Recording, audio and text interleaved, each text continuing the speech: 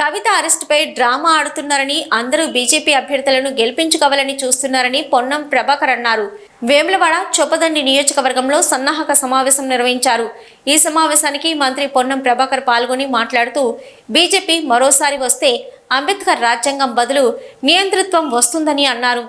ఉత్తర భారతదేశంలో మోదీ గ్రాఫ్ పడిపోతుందని తెలిపారు.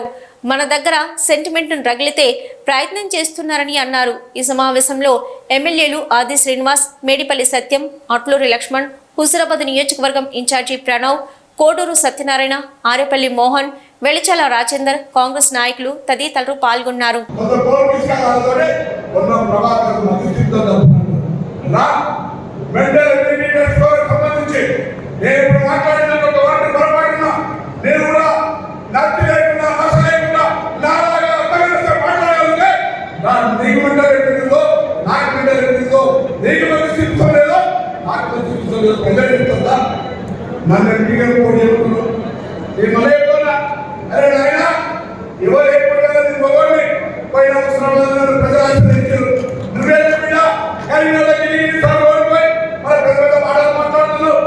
అందుకే ఊర్లో మీ అందరికీ ధైర్యం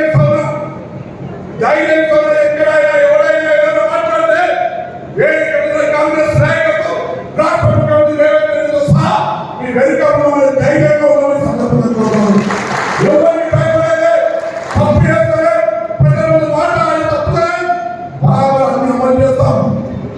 4 నెలల కాలంలో ఇన్ని అమలు చేసిన కూడా భారతీయ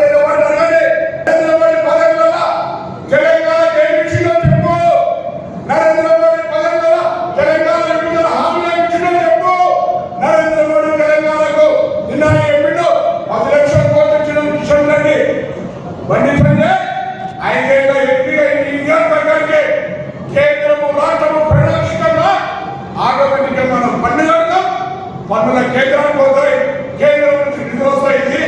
రాజ్యాంగ స్ఫూర్తి దాని నిజంగా మీకు సాధ్యమైతే ఈ తెలంగాణ నూతనంగా ఏర్పడిన రాష్ట్రానికి ఒక విద్యా సంస్థ వచ్చినావా, ఒక వైద్య సంస్థ వచ్చినావా, ఒక పరిశ్రమ వచ్చినావా, ఏం తెచ్చినావో గ్రామం ఏర్పడే దమ్ముంటే ఎంపీగా పడే ఉంటాడు. సిగ్గు లేదు.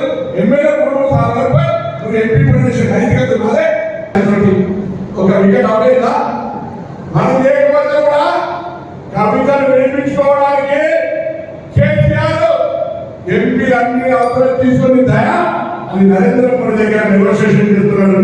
నిన్న మా రేవంత్ రెడ్డి గారు చెప్పినారు, ఇలా Bharatiya Janata party TRS party వేరేది కాదు, అరెస్ట్ ఒక డ్రామా, ఆమెను బయటకు తెచ్చుకోవాలని మరొకసారి ఇలా అందరి బీజేపీ గెలిపించుకున్న వాళ్ళకి కావలేదు.